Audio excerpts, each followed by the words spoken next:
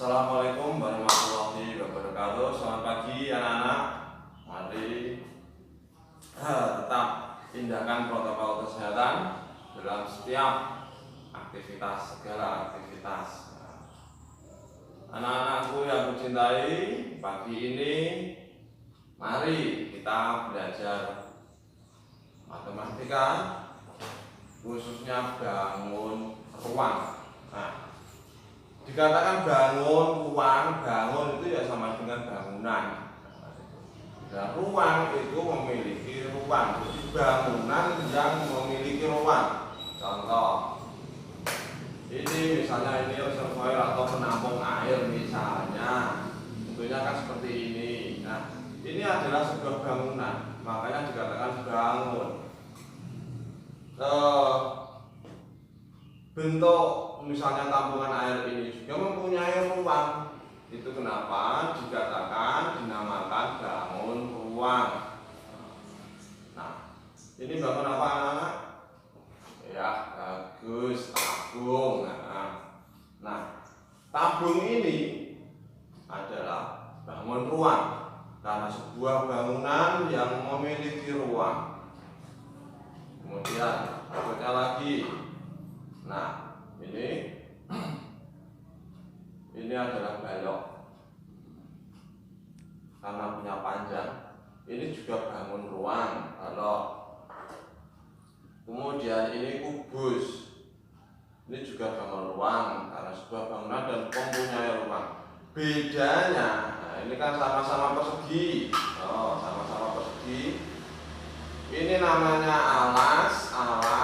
Ini alas ya. Kalau ditaruh di bawah maka namanya lain.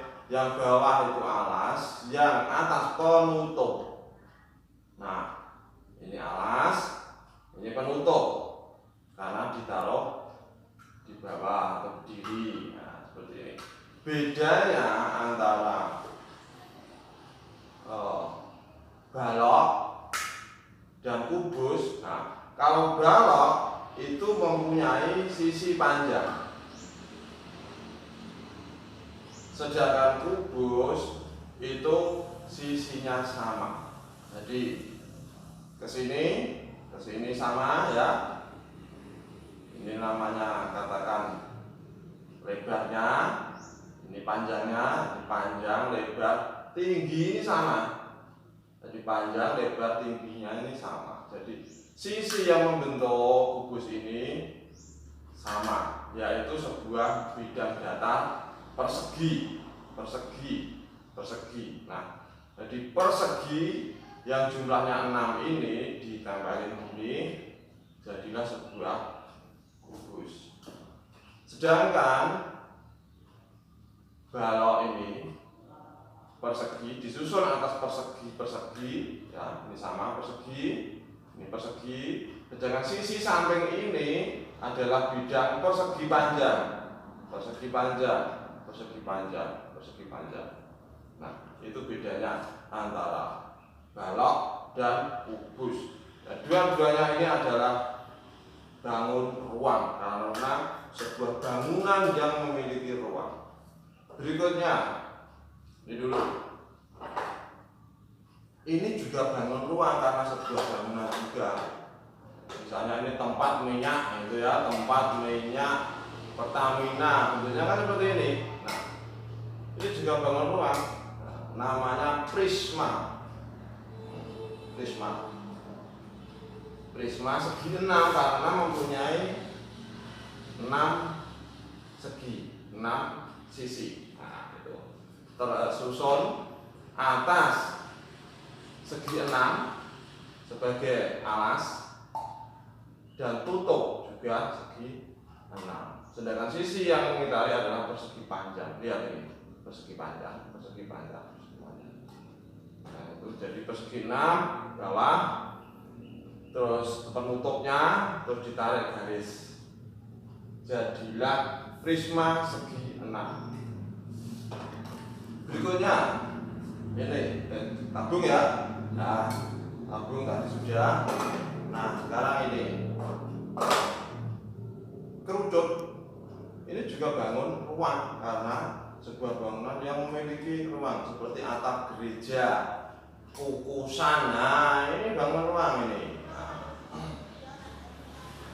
berikutnya ada limas. Nah, limas ini juga bangun ruang. Tersusun atas, alasnya persegi. Nah, kemudian sisi yang membentuknya adalah segitiga. 1 segitiga, 2, 3, 4. Ujungnya lancip. Nah, perbedaan antara prisma dan limas adalah ini. Kalau lebih jelasnya, bukan. Oke. Ini anak-anak ciri-ciri prisma.